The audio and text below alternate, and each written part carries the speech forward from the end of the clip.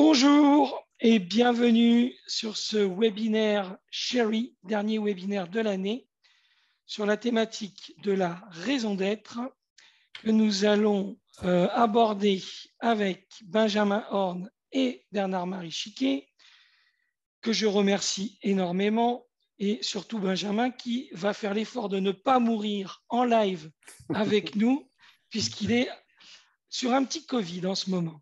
Voilà. En préambule, je vais vous laisser vous présenter tout de suite après.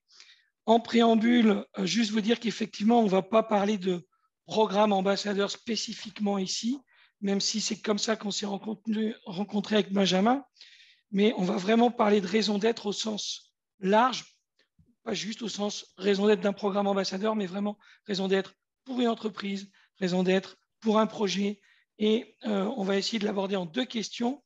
Le pourquoi, à quoi ça sert, et puis le comment on peut vraiment s'en servir comme moteur. Donc, si tu veux te présenter en deux mots, Benjamin, nous t'écoutons.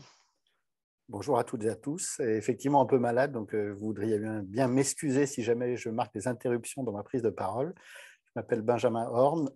Ça fait une vingtaine d'années que je travaille dans cette entreprise qui s'appelle Decathlon, au sein de laquelle j'ai le plaisir depuis un peu plus de 5 ans désormais de l'idée une stratégie qui s'appelle collaborateur ambassadeur, dont l'objectif est très relié à la prise de parole qu'on va avoir, dont l'objectif consiste à embarquer les collaboratrices et les collaborateurs de Decathlon du monde entier dans une fierté sincère, et j'insiste sur ce mot-là, à l'égard des produits que nous concevons et que nous commercialisons. Voilà, j'en dirai pas plus, je pourrais m'étendre, mais je vais économiser mon souffle pour préserver pour l'essentiel du discours. Merci pour l'invitation. Merci à toi, Benjamin, et n'hésite pas à reprendre ton souffle quand tu veux. Bernard-Marie, si tu veux bien te présenter. Oui, donc Bernard-Marie Chiquet, merci Alexandre de m'avoir invité, ravi d'avoir cet espace avec Benjamin.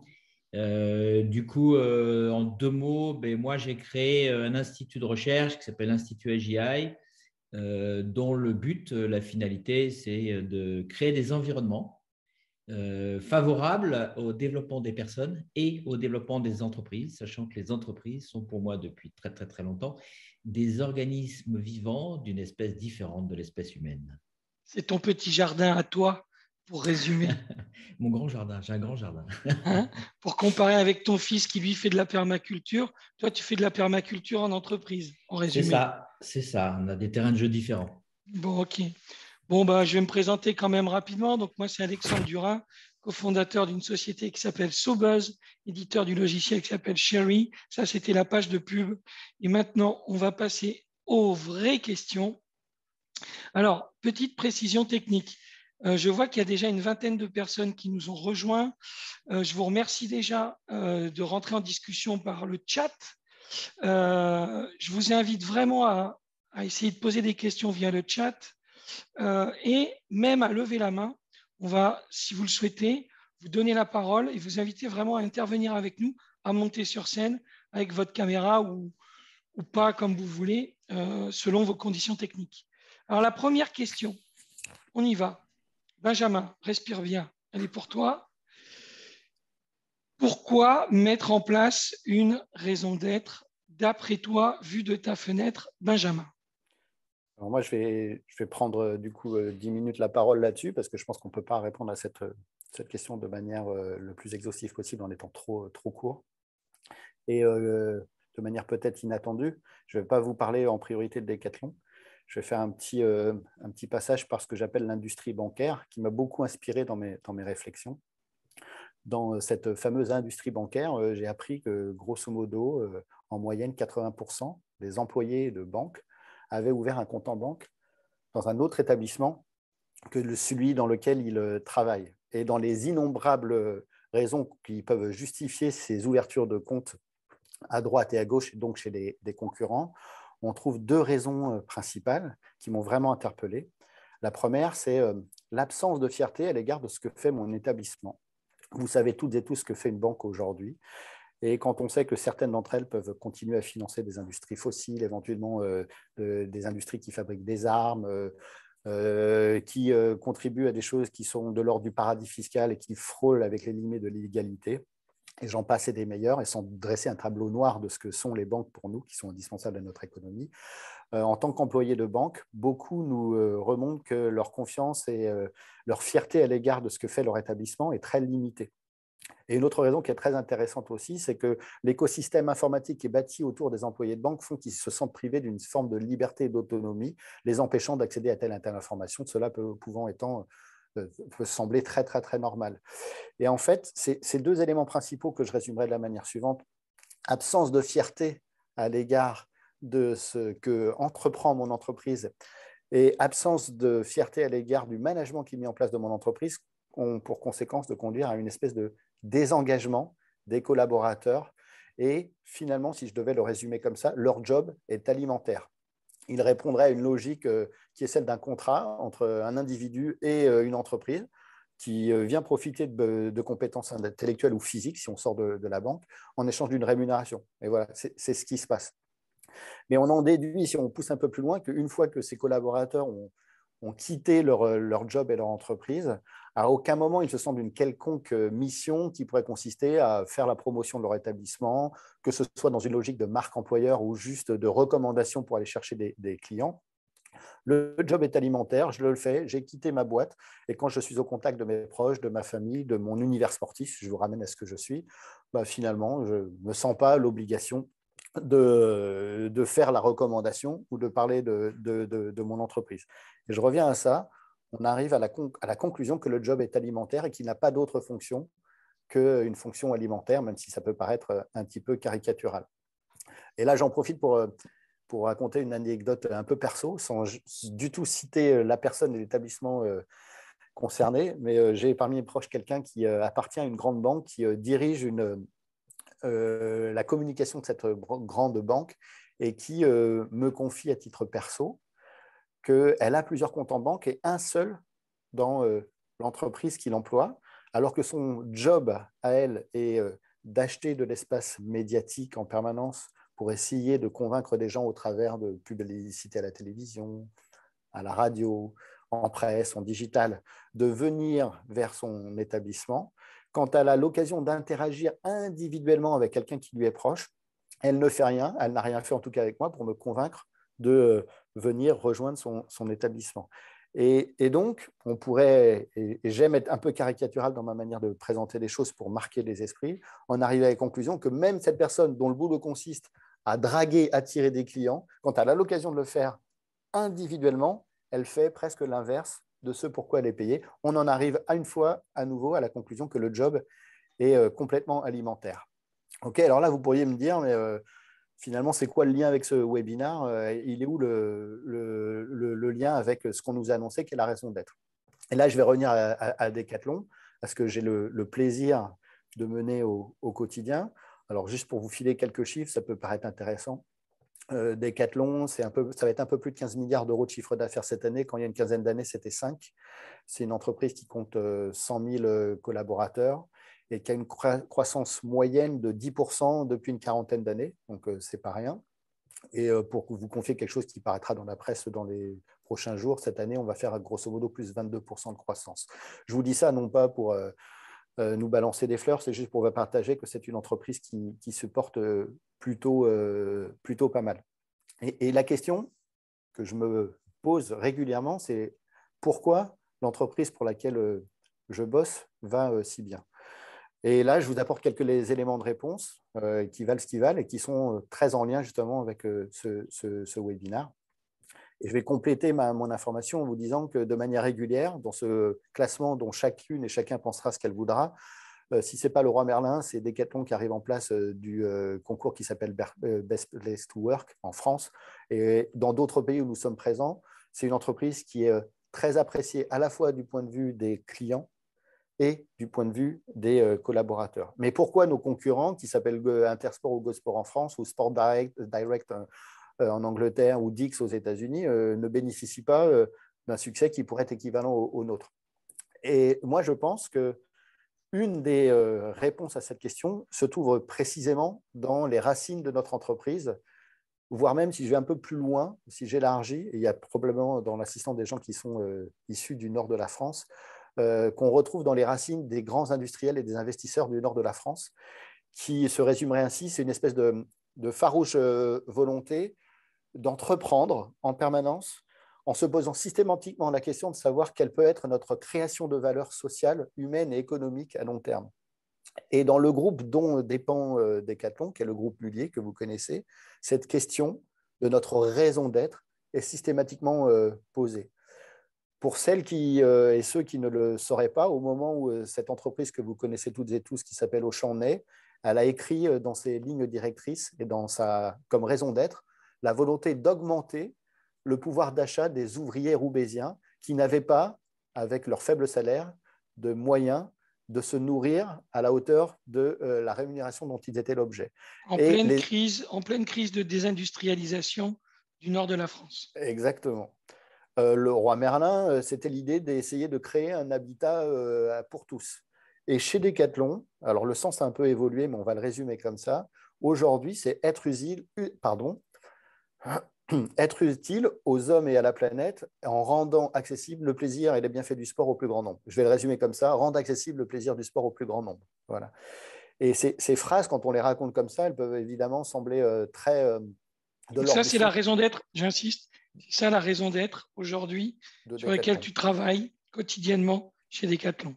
Alors, moi, je suis un acteur de la diffusion de cette raison d'être, mais en fait, sur 100 000 collaborateurs, on est tous acteurs de ça et je ne me sens pas plus dépositaire de cette action-là que n'importe quelle autre personne, qu'elle puisse bosser en entrepôt ou en magasin. Et ça passe à travers toutes les mailles de l'entreprise. Il y a peut-être dans cette assistance des gens qui bossent chez Decathlon aujourd'hui ou qui ont bossé chez Decathlon et qui pourront confirmer ça. Ces phrases ne sont pas de l'ordre de la posture publicitaire, ce n'est pas un slogan. D'ailleurs, on ne le raconte jamais. Jamais vous avez entendu Decathlon dire « on veut rendre accessible le plaisir du sport au plus grand nombre ». En revanche, c'est ce qui a présidé à la naissance de l'entreprise en 1976. C'est l'année à laquelle est né Decathlon. Et c'était une manière d'affirmer une singularité, je vais commencer par ça, sur un marché. Un marché du sport qui était caractérisé par le fait qu'il existait en fait à l'époque des petites échoppes de sport. Vous avez tous et toutes en tête ce à quoi ressemblait un magasin de sport dans la ville dans laquelle vous habitiez. C'était tout petit, c'était des sports de spécialistes, c'était souvent des belles marques, très chères. Voilà. C'était aussi un marché qui était drivé par le monopole de ces grandes marques internationales, quel que soit le marché. Je ne vais pas parler des marques que vous avez toutes en tête qui s'appellent Nike et Adidas, mais sur chaque marché, de l'escalade en passant par le tennis et le ski ou autre chose, il y avait des marques de renom qui imposaient leur manière et qui dictaient les prix du marché. Voilà.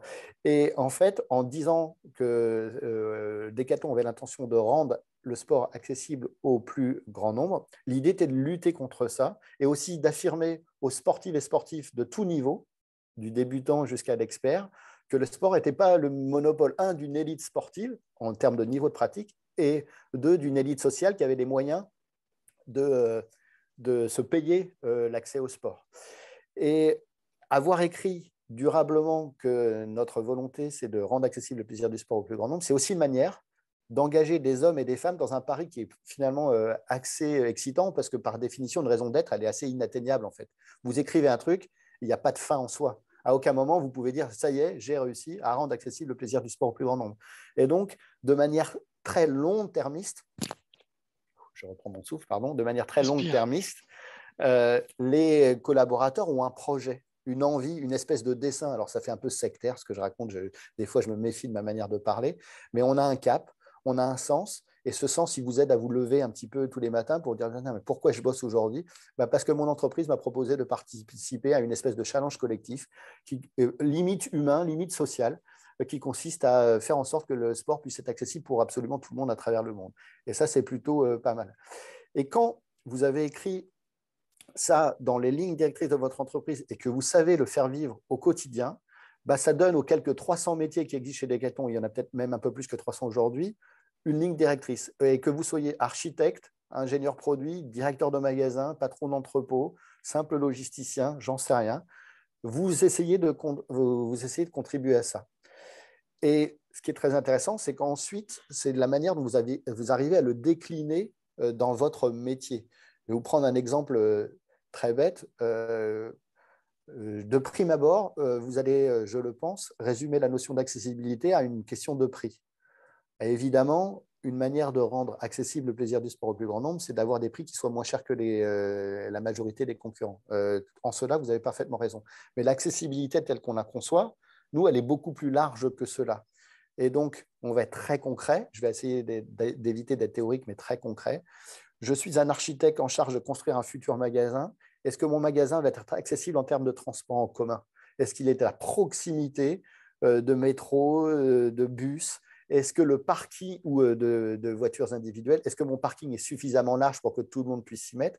Et une fois que mon client est arrivé sur mon magasin, est-ce que rapidement, il sait identifier le rayon dans lequel se trouve le produit qu'il cherche? Quand il est dans ce rayon, est-ce qu'il arrive à identifier le produit qui correspond, parce qu'il peut être débutant, régulier ou expert en termes de niveau de pratique? Quand il a réussi à trouver ça, est-ce que la façon dont nous lui présentons son produit est tellement claire et simple que ça lui semble accessible? S'il s'agit d'un produit qu'on pourrait être, je sais pas, un vélo elliptique de fitness, est-ce que la manière dont il est raconté est accessible? Est-ce que le mode d'emploi pour monter le produit est accessible? Etc., etc.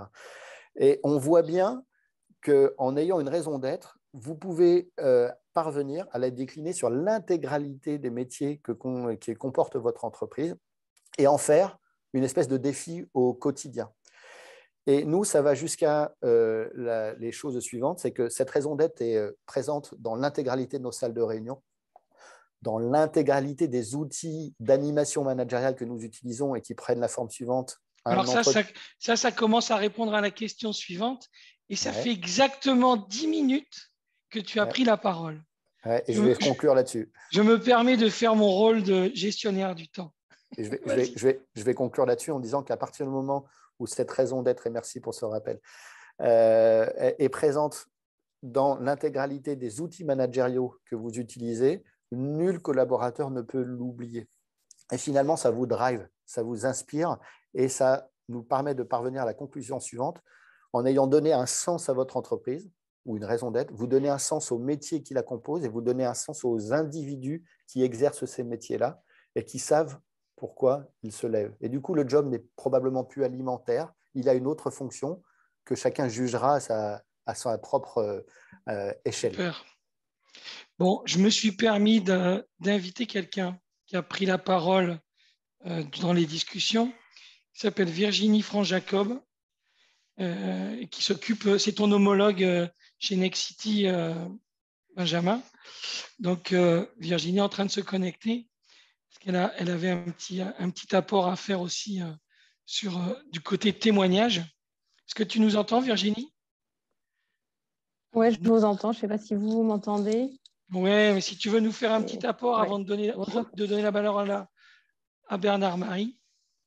Bonjour à tous. Non, effectivement, bonjour Benjamin, enchanté. Je réagissais aux propos sur le Nord et je disais c'est amusant parce que nous, notre président donc chez Nexity, c'est Alain Dinin et qui a effectivement ce même discours et en tout cas, nous, on ressent, enfin, les collaborateurs, on est aussi Best Workplace, Great Place to Work.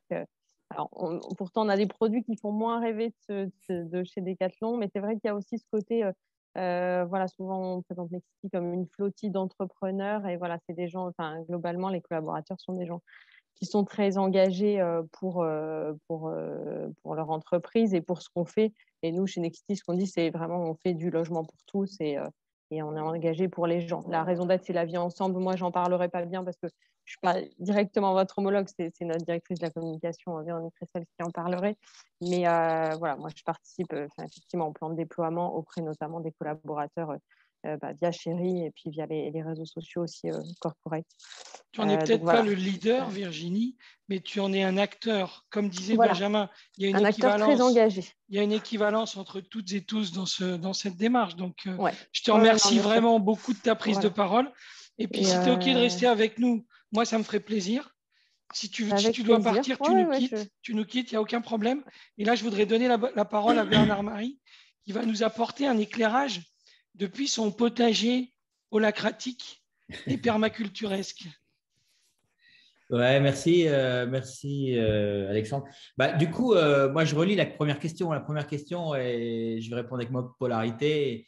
qui est, si j'ai bien noté, pourquoi mettre en place une raison d'être. Oui. Et en fait, la bonne nouvelle, c'est qu'il n'y a rien à faire. En fait, il n'y a rien à faire parce que la raison d'être, elle existe. Il n'y a pas besoin de la mettre en place. Et d'ailleurs, dans le groupe Mullier, ils l'ont fait dès le départ, à ma connaissance. Donc, en fait, c'est l'énergie créatrice de l'entreprise. Chaque entreprise, au moment où elle a été créée, et elle n'a pas été créée seule par le fondateur, elle s'appuie sur une énergie créatrice. Ce qui fait d'ailleurs de l'entreprise, ça c'est les résultats de nos travaux. Alors, ce n'est pas prouvable, mais il y a beaucoup de gens maintenant qui vont dans ce sens-là, et je pense notamment aux travaux de mon ami Peter Koenig avec les principes sources, pour ceux qui connaissent, j'y reviendrai sûrement plus tard. L'entreprise est une personne, est un organisme vivant, tout le monde le dit, mais je vais poursuivre parce que la définition n'est pas suffisante, qui ne fait pas partie de l'espèce humaine. Donc, c'est une autre espèce. On sait bien sur la planète Terre qu'il n'y a pas que des espèces humaines, même si on veut tout centrer sur l'humain, ce qui, à mon avis, est dangereux, paradoxalement.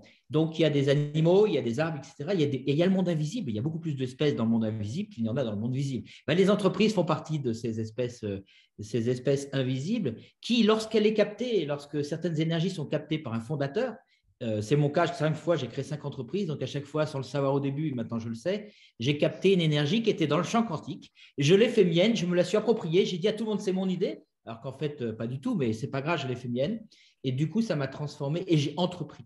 Et donc, ça fait de moi un créateur d'entreprise. Pourquoi? Parce que j'ai porté en fait ces énergies dans le champ quantique invisibles, qui sont les identités, donc la raison d'être de ces entreprises. Elles ont besoin de faire une alliance avec des êtres humains pour s'incarner sur Terre. Et pour moi, c'est important de poser ça parce qu'une fois qu'on a dit ça, on a tout dit. Et qu'après, on raccroche directement avec le discours de Benjamin parce qu'évidemment, on ne peut pas avoir d'autre obsession au sens connoté quand on travaille dans une entreprise que la raison d'être de l'entreprise qui est donnée par cette énergie. Et souvent, dans les entreprises, par des modes de management conventionnels, c'est vrai que cette énergie, elle est diluée. Ce qui fait que certaines entreprises, d'ailleurs, se réinventent. Je pense à une coopérative dans le monde alimentaire en vous parlant, qui justement avait considérait qu'elle avait perdu son âme. Ce qu'elle voulait dire, c'est qu'elle avait perdu cette énergie d'origine qui était justement de donner de la nourriture saine en reprenant la main, en permettant à des mères de famille de reprendre la main sur l'alimentaire qui commençait à être dévoyé. C'était en Bretagne, je ne vous fais pas de dessin. Donc, en fait, à force de croissance, cette énergie-là, elle a disparu.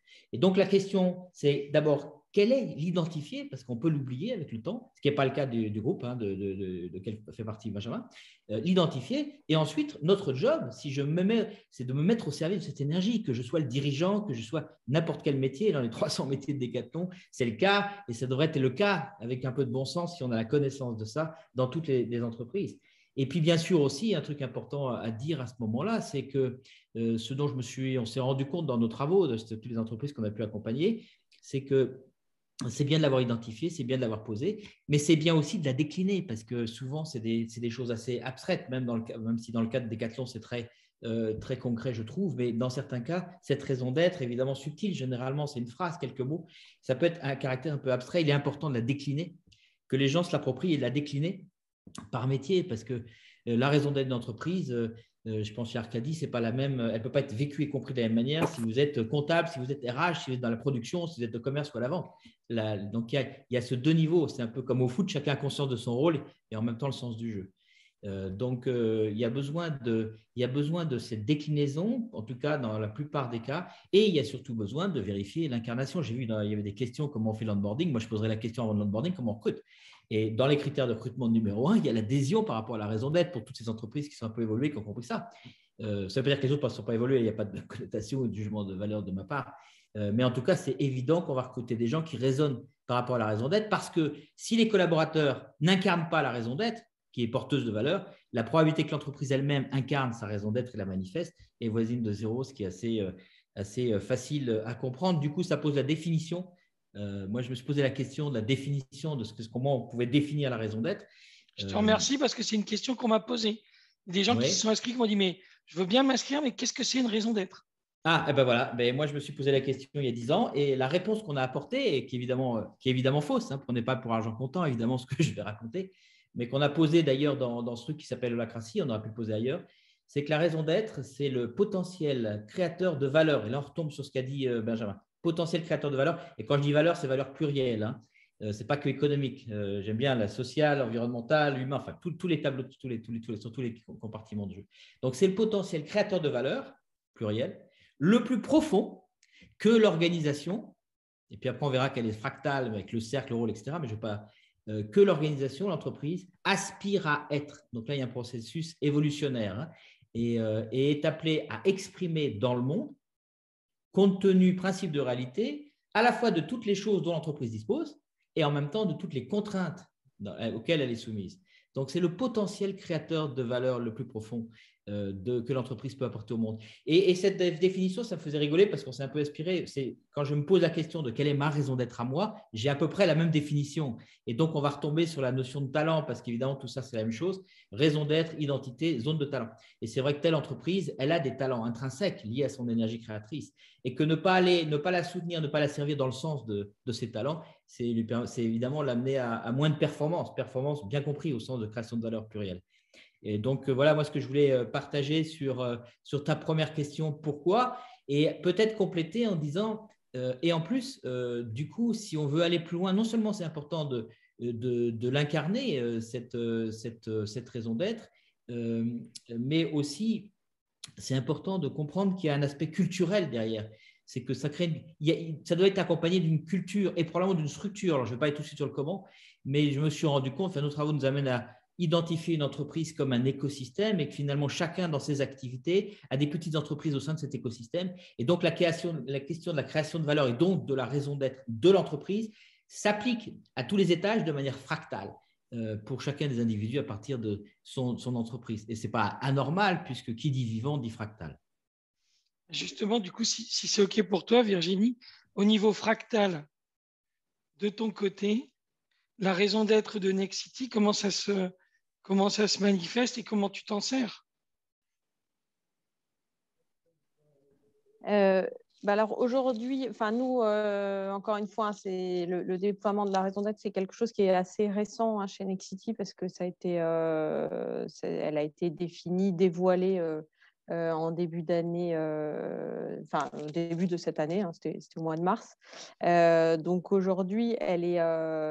et effectivement, ça rejoint ce que disaient tout à l'heure, je ne sais plus si c'était Benjamin et Bernard-Marie, le fait que finalement, ce n'est pas nouveau, on se pose pas, on n'a pas forcément besoin de la mettre en place, elle est déjà existante, ça correspondait, donc c'est la vie ensemble, et ça correspondait déjà à ce que les gens avaient l'impression de faire au quotidien. Et donc aujourd'hui, elle est incarnée effectivement plutôt par les dirigeants du groupe qui se l'approprient dans leur feuille de route. En fait, depuis quelques mois, mais ça prend un petit peu de temps, même si c'est un peu paradoxal. À la fois, elle est induite et à la fois, en même temps, il faut aujourd'hui qu'elle soit vraiment le curseur un peu de l'ensemble des actions. Donc, le premier travail qui est fait, c'est que les dirigeants l'incarnent et les collaborateurs puissent ensuite se l'approprier dans l'exercice de leur métier au quotidien. Mais voilà, c'est encore un petit peu tôt, je pense, pour dire comment les collaborateurs se sont… Moi, j'ai envie de rebondir sur ce qu'a dit Benjamin, Bernard-Marie et sur ce que tu viens de dire. Nous, chez Sobuzz, quand on s'est créé il y a 10 ans, notre raison d'être, c'était un moment où les réseaux sociaux, en l'occurrence Facebook, explosaient et où tout le monde était… pas tout le monde, où beaucoup d'entreprises étaient à la course aux fans. On veut des fans, on veut un compteur avec des gros fans. Un gros compteur avec plein de fans, c'était il y a 10 ans. Et nous, notre raison d'être, c'était reprendre le pouvoir sur les réseaux sociaux. Arrêter d'être les esclaves des réseaux sociaux. Et puis en 10 ans, je te rejoins Bernard-Marie quand tu parlais de cette coopérative dont nous ne dirons pas le nom, mais dont je crois avoir compris qui c'était, dans le domaine du bio, je pense, alimentaire. Voilà, c'est qui on fait nos courses de temps en temps. Mais nous, c'est pareil, en 10 ans, en fait, on est en croissance, on part, on n'est rien, on est 3. On lance un truc qui a une croissance exponentielle. Et en fait, on l'oublie, cette raison d'être. On bosse, on est dedans et on est à fond, quoi. Et quelques années plus tard, et notamment quand on a créé Sherry, on l'a retrouvé, notre raison d'être. On dit, ah mais oui, c'est vrai, mais bon sang, c'était ça notre raison d'être. Et en fait, tu as raison, elle est organique, elle est ancrée en nous. On s'est lancé là-dessus. Et donc, je comprends quand Virginie, tu dis le vivre ensemble est en train de se mettre en place, mais je pense qu'il se mettra en place tout le temps, en fait, en permanence, quoi. Donc voilà. Et ça me permet de faire la transition avec la question suivante et de redonner la parole peut-être à Benjamin, si tu as le souffle, si tu as bien respiré, sur le comment, finalement, une fois qu'on a trouvé ce fameux pourquoi, ça donne du sens, ça donne une direction, etc. C'est une sorte de filtre naturel et organique dans l'entreprise et en même temps une direction. Comment chez vous, c'est vraiment, honnêtement, concrètement, créateur de valeur? Oui, merci. Mais ça me permet de rebondir sur 2-3 propos. C'est vrai qu'avant l'onboarding, la question se pose probablement au moment du recrutement. Et c'est très vrai, c'est la façon dont on présente son entreprise afin d'aller accueillir ou chercher les candidats qui doit déjà être très clair pour qu'il n'y ait pas de bonnes ou de trop bonnes ou surtout de mauvaises surprises au moment du recrutement. C'est-à-dire que moi, je vais vous faire vivre mon expérience personnelle en tant que recruté il y a une vingtaine d'années, mais bon, c'était il y a bien longtemps, mais surtout que recruteur permanent. C'est qu'il n'y a pas une personne à laquelle je présente une offre d'emploi sans lui préciser que la raison d'être de Decathlon, c'est ça, et savoir s'il la partage. Et outre la raison d'être et de savoir s'il partage cette volonté de rendre accessible le plaisir du sport au plus grand nombre, savoir s'il partage également nos valeurs. Et ça se fait vraiment au moment de l'entretien de recrutement et très, très, très rapidement. Alors je vais être sur des choses très pragmatiques, mais le domaine du sport est régi par quelques règles auxquelles personne n'échappe, le marketing, le star system, les sports médiatisés. Et très rapidement, vous savez, si vous avez en face de nous quelqu'un qui va être très fan d'un Michael Jordan, d'un Roger Federer, d'une Serena Williams ou quoi que ce soit, qui vit par l'image que le sport lui a envoyée en permanence, c'est-à-dire le haut niveau, les produits techniques, les produits surmarketés, et vous voyez que son moteur est à l'opposé de celui qui anime la machine de votre entreprise. Nous, on est à l'opposé de tout ça. Et très rapidement, ça se sent. Et ça ne fait pas de cette personne une mauvaise personne, ça fait une personne qui probablement aura du mal à vivre, à s'aligner sur ce que veut et souhaite notre entreprise qui avance dans ce sens-là. Et donc là, vous le décelez très rapidement si vous avez un petit jeu de questions-réponses et qui est bien conçu pour savoir si cette future candidate ou candidat est aligné, qui vaut le coup de ne pas aller plus loin dans le recrutement. Une fois que vous êtes allez creuser ça et que vous avez eu des réponses positives, la personne, quand vous l'accueillez, dès les premiers jours, vous lui faites vivre cette notion d'accessibilité et vous essayez de la rendre tangible. Vous lui faites expérimenter comment l'entreprise arrive à la faire vivre, que ce soit sur un métier d'informaticien ou de simple vendeur. Et cela, pareil, encore une fois, on ne peut pas faire l'économie à un moment à un autre que dépasser l'intuition et le rapport oral. Il y a des outils managériaux qui existent là-dedans. Et c'est ce que j'avais commencé à expliquer tout à l'heure. Nous, on a un entretien mensuel de au moins 1 heure ou 2 avec chacun de nos collaborateurs. On a un entretien tous les 6 mois qui s'appelle le point mi-année. On a un entretien de fin d'année qui dure au moins 3 heures avec chaque collaborateur, qui permet en permanence de remettre cette église au milieu du village et de bien nous assurer si oui ou non le collaborateur, et non pas le patron, mais le collaborateur et l'entreprise continuons à être alignés sur cette volonté. Et rapidement, quand vous passez régulièrement ce filtre en face des collaborateurs. Un petit trait pour souligner ce que tu viens de dire. Oui, bien sûr. C'est ton entretien, tu disais, ce n'est pas savoir si le collaborateur est bien aligné, savoir si le collaborateur et le patron et l'entreprise sont alignés. C'est-à-dire que c'est à la fois miroir dans un sens et miroir dans l'autre sens.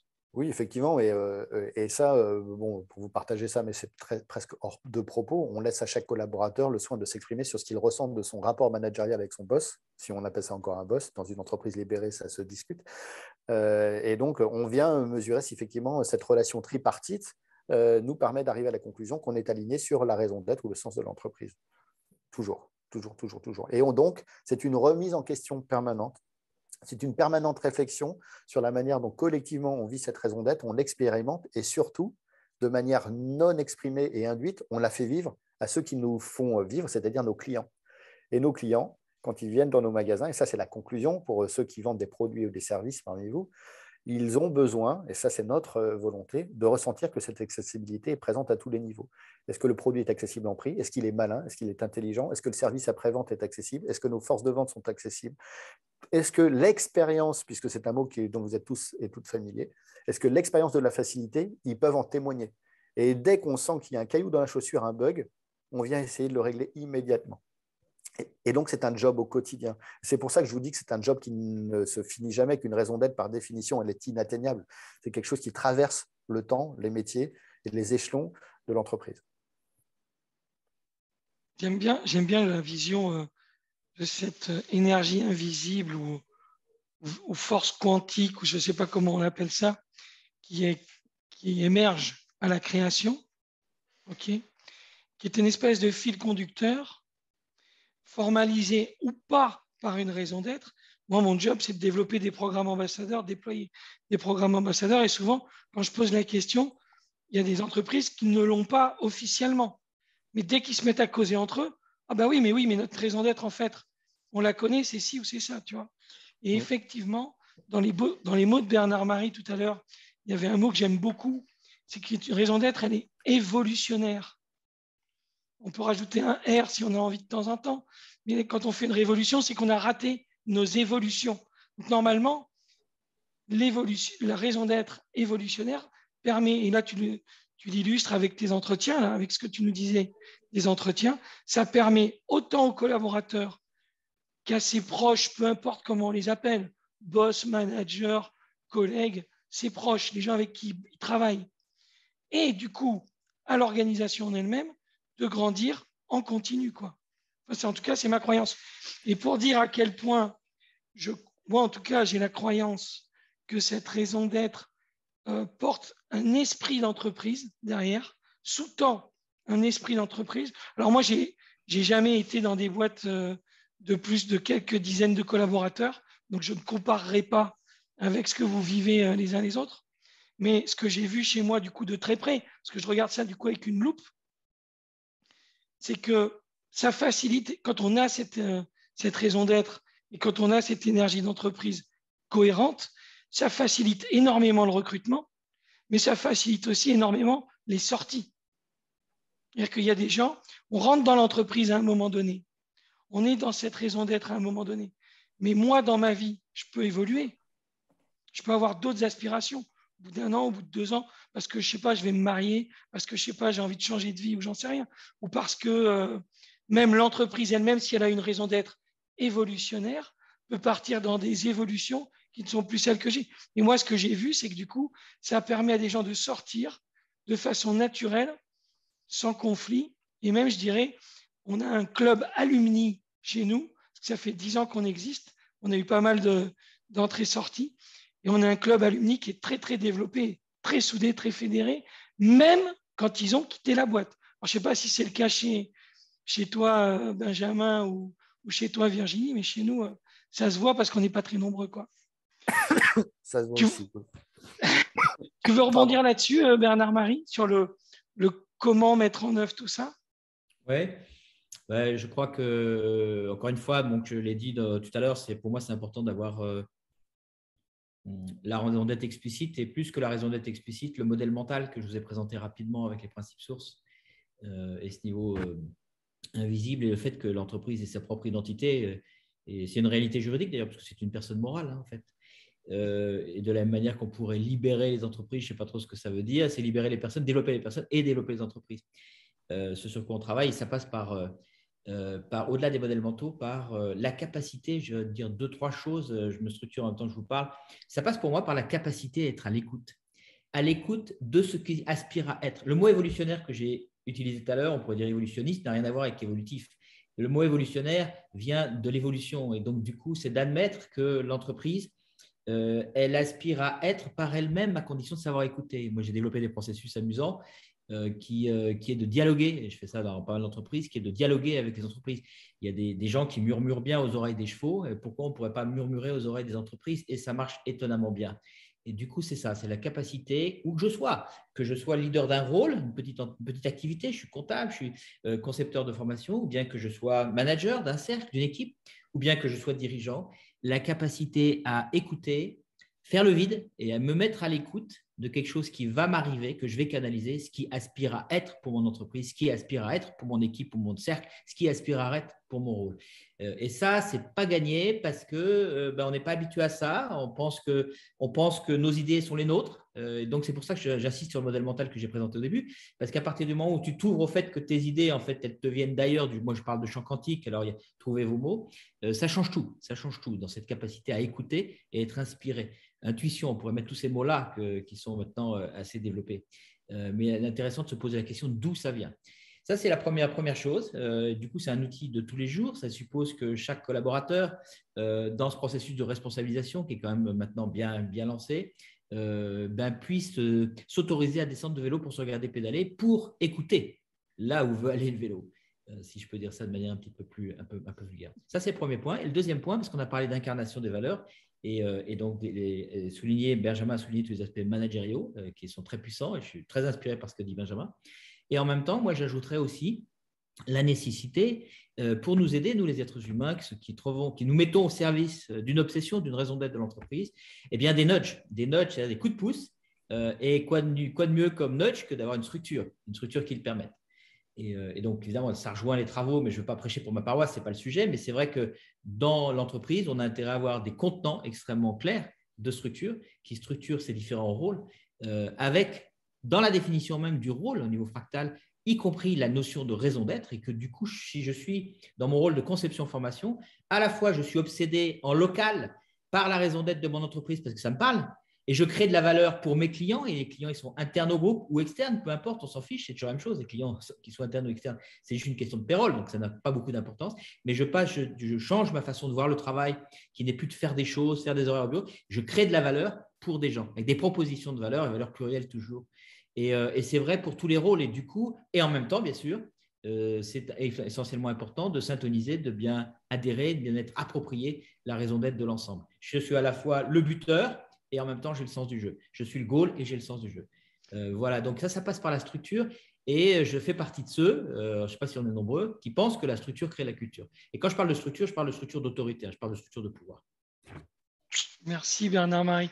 Alors, il y a une question de Pierre Vasseur, mais avant d'aller à la question de Pierre, moi, j'ai envie de mettre encore un petit soulignement là. Moi, ce que j'entends quand je t'entends, quand je t'écoute, là, quand je vous écoute, Benjamin aussi, c'est finalement se mettre en méta. Quand tu dis descendre du vélo pour se regarder pédaler, d'accord? Moi, ce que je vois, c'est finalement prendre un temps de recul, prendre un temps de méta, de se mettre au-dessus de ce qu'on fait pour réfléchir à ce qu'on fait et se demander, est-ce que je le fais par habitude, juste pour gagner ma croûte, ou est-ce que je le fais en alignement avec mes valeurs, mon quotidien, les valeurs de ma boîte, etc.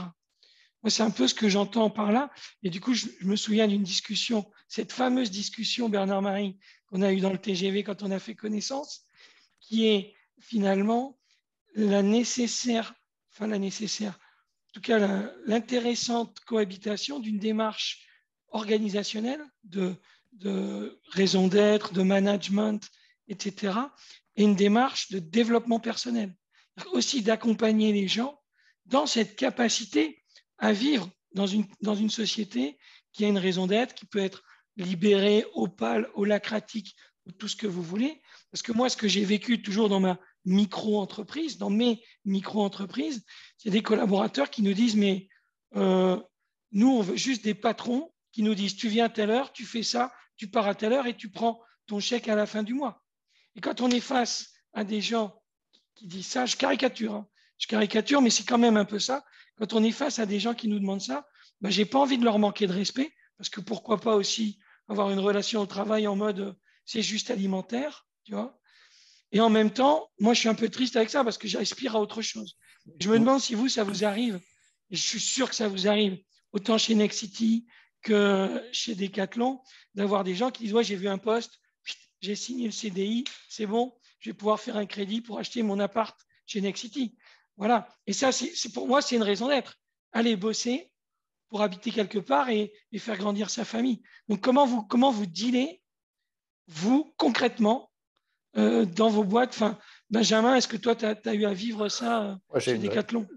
Je vais avoir une réponse très simple par rapport à ça. C'est que et ça rejoint une question qui a été posée un peu plus haut, évidemment, la première fonction de nos jobs, elle est à l'origine alimentaire. Voilà. Il faut juste pas nier cette évidence. En revanche, ce qui est très intéressant quand on s'intéresse à l'histoire du travail, à l'évolution, et puis il faudrait avoir des discussions qui tourneraient aux politiques et philosophiques, et en ce moment, elles ont lieu. La place du travail dans nos vies est vachement rechallengée. Et occupons-nous 2 secondes de la génération qui est après nous et demandons à cette génération ce qu'elle attend du travail. Et la dimension alimentaire, si elle apparaît, évidemment, d'autres critères font leur apparition aujourd'hui de manière très surprenante. Et moi, ce que j'observe par rapport à ces gens qui pourraient avoir vécu dans d'autres entreprises une expérience purement alimentaire et qui ont ensuite rencontré Decathlon avec cette volonté, qui n'est qu'une volonté et qui ne peut pas toujours s'appeler une vérité, cette volonté d'apporter un peu plus de sens au boulot, c'est qu'ils ont une espèce d'illumination. Pardon pour le mot, parce qu'il est trop fort pour moi. Et très souvent, je vais le dire aussi comme ça, parce que ça, c'est une réalité. Les personnes qui décident pour des raisons X ou Y de quitter Decathlon et d'aller dans des petites entreprises, tout petites, ou des PME et tout, souhaitent y revenir en arguant de cet argument. Putain, c'était plus agréable, quitte à être moins bien payé, de bosser chez Decathlon, parce qu'au moins, je savais pourquoi je me levais. Et ce mot-là, ce n'est pas moi qui vous le dis, c'est ce que j'entends, mais hyper régulièrement. Et donc, cette dimension sensorielle, ou presque philosophique qu'on peut apporter à des existences en donnant une autre dimension à notre travail, elle doit être aussi considérée au même titre que la dimension alimentaire. Il ne faut pas la nier, parce qu'elle est en train d'arriver.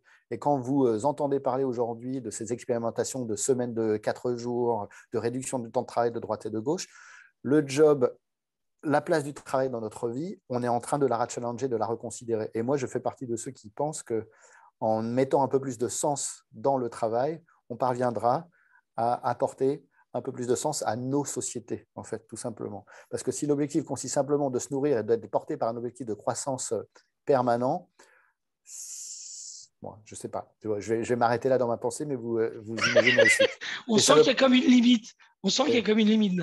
Ouais, non, je ne suis absolument pas un partisan de la décroissance. Ce n'est pas du tout ça que je veux dire.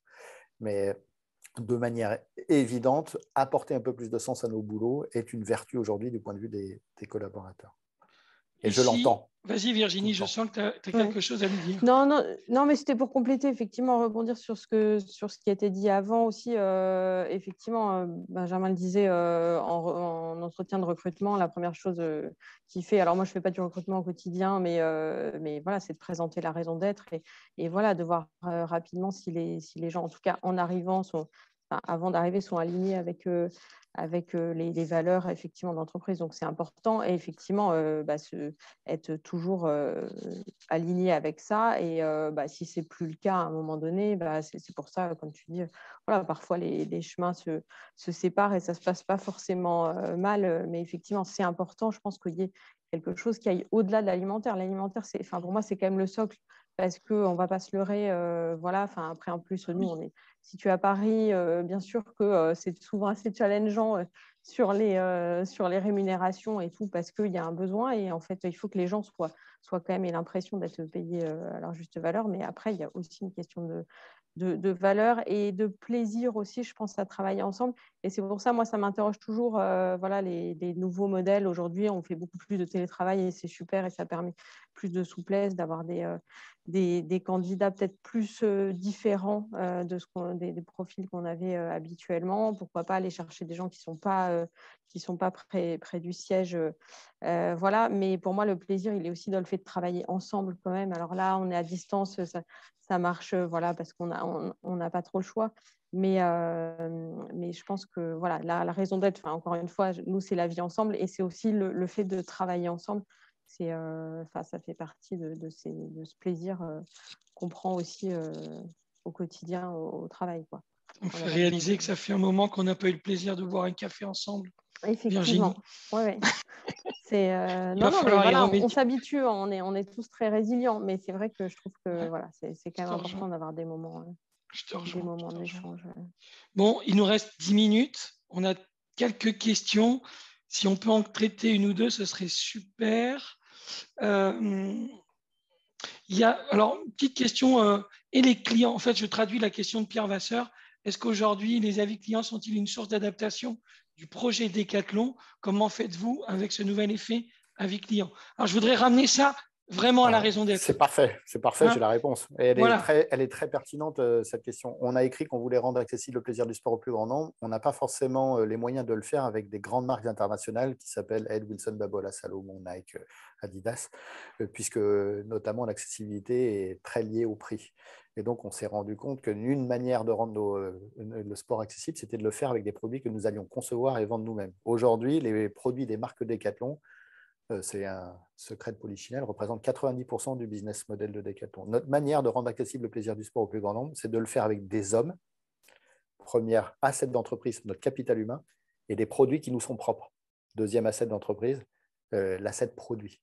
Et donc, évidemment, tous les retours qu'on peut avoir de sportives et sportifs à l'égard de nos produits viennent challenger ce sens-là, parce que des clients qui en masse pourraient nous dire « oui, mais cette chaussure, elle n'est pas chère, mais elle me fait mal aux pieds, elle n'est pas belle, bidule, machin. Elle ne nous permet pas d'aller au bout de notre démarche d'accessibilité. » Quelqu'un qui pourrait se détourner de nos produits pour X ou Y raison et qui nous renvoie ce message-là est en train de nous envoyer une forme de cadeau, en tout cas de remarques constructives, pour nous continuer d'être sur ce chemin-là de l'accessibilité du sport au plus grand nombre. Je vais souligner un petit truc, c'est que quand tu dis nos sportifs, nos sportives, ce n'est pas Messi et Yannick Noah. Évidemment, vous l'avez compris. C'est les clients dont tu parlais, Pierre Vasseur, dans ta question. Évidemment. Et donc, tout retour aussi vindicatif ou positif qui nous est adressé nous permet d'aller un peu plus loin dans cette démarche-là. Et nous, ce que nous avons conduit, en plus, c'est que ces 100 000 collaborateurs que constitue l'entreprise, ils ont rejoint l'entreprise pour la majorité d'entre eux, 90%, ils sont sportifs et sportifs.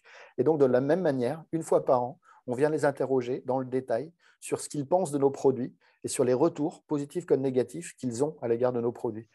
Des fois, ils ne les ont pas utilisés d'ailleurs, ils ne les connaissent pas. Et donc, on vient compléter ce sentiment d'expérience vécue qui est celle des avis clients avec une expérience perçue par la majorité de nos collaborateurs. On en fait un mix et on en tire une matière incroyable pour faire progresser nos produits. Et en faisant progresser nos produits, on se met un peu plus tous les jours en marche vers notre volonté de rendre accessible le plaisir du sport plus grand. Donc, la question était hyper pertinente. Mais il n'arrête pas de poser des questions pertinentes, Monsieur Pierre Vasseur. J'aimerais amener tout le monde sur scène, mais je ne vais pas le faire, pas tout de suite en tout cas, puis on n'a plus assez de temps.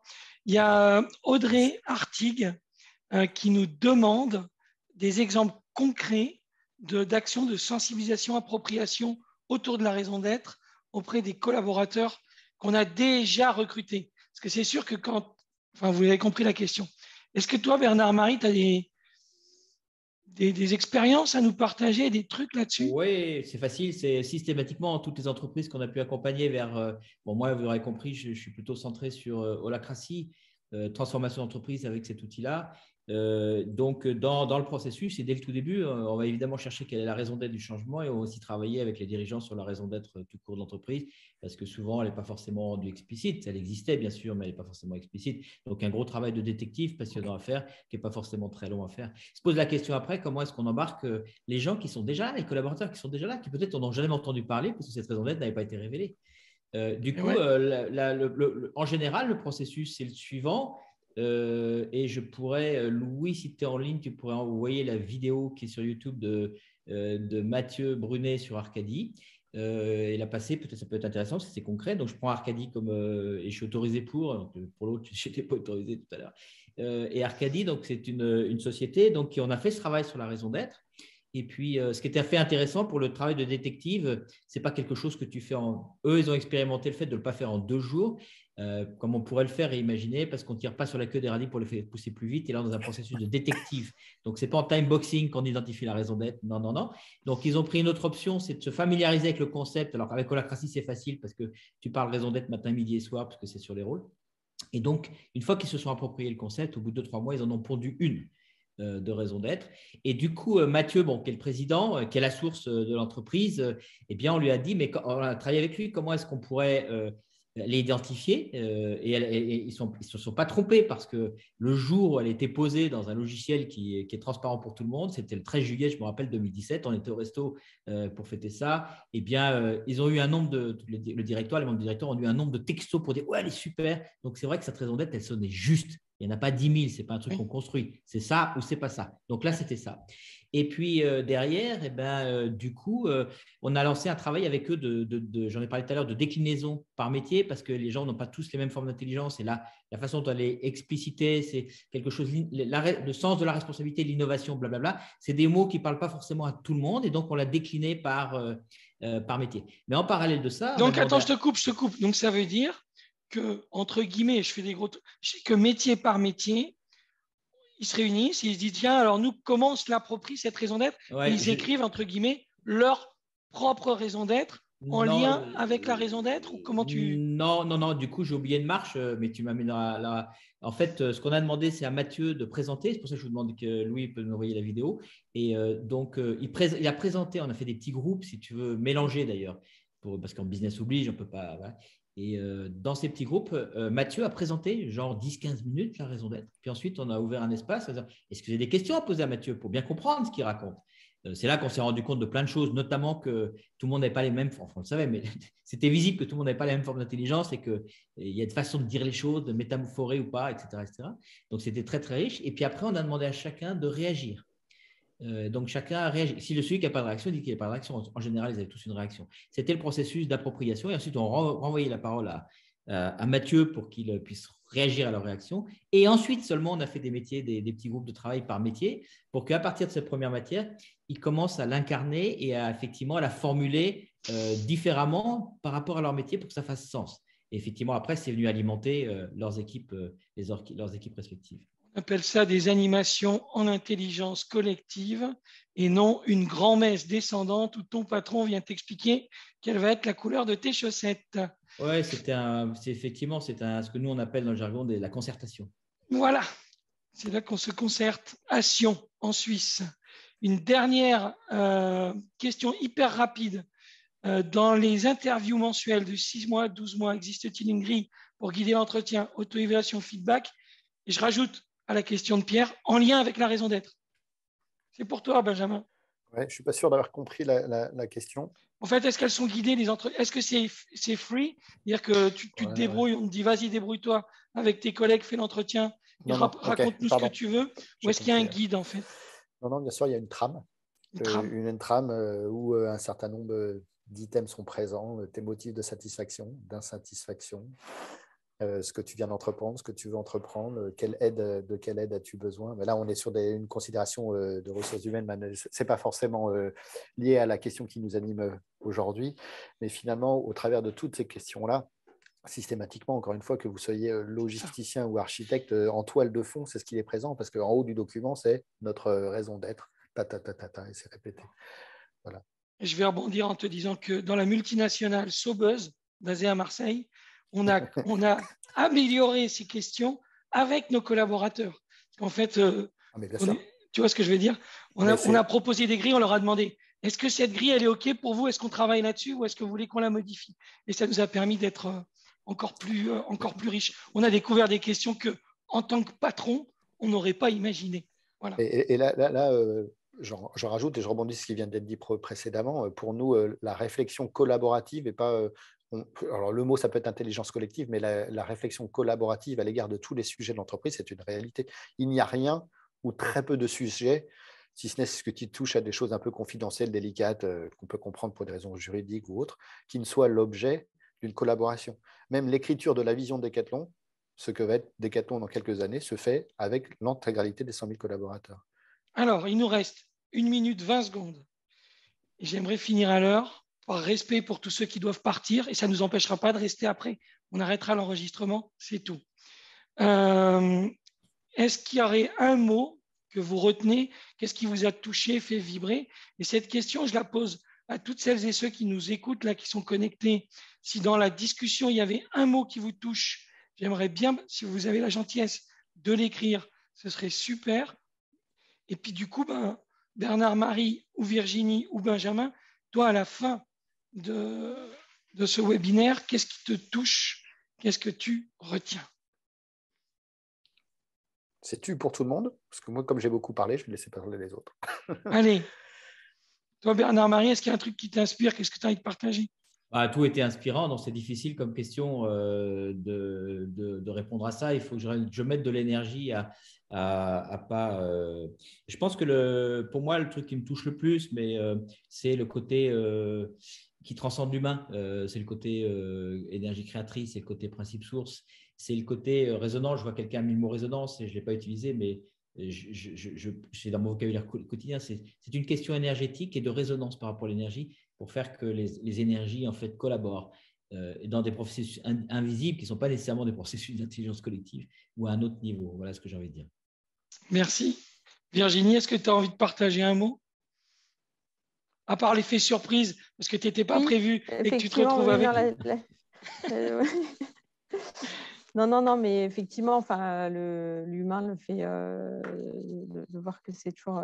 les collaborateurs qui finalement font ce mot de capital humain, moi, qui me parle pas mal, qu'on utilise aussi beaucoup et effectivement qui résonne pas mal chez Decathlon. Moi, je connais en tant que cliente. Voilà. Et c'est vrai que oui, c'est une expérience client. On retrouve complètement dans le magasin là, ce qui vient d'être dit. Donc voilà, ça fait une bonne ligne directrice pour Nexity.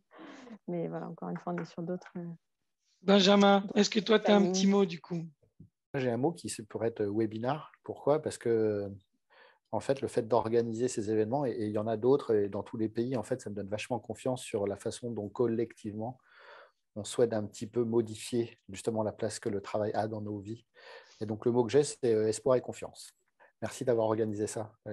J'aurais pu être de l'autre côté de l'écran et pas forcément intervenir, mais être spectateur, et j'aurais ressenti la même chose. Espoir et confiance. Merci d'avoir créé ça.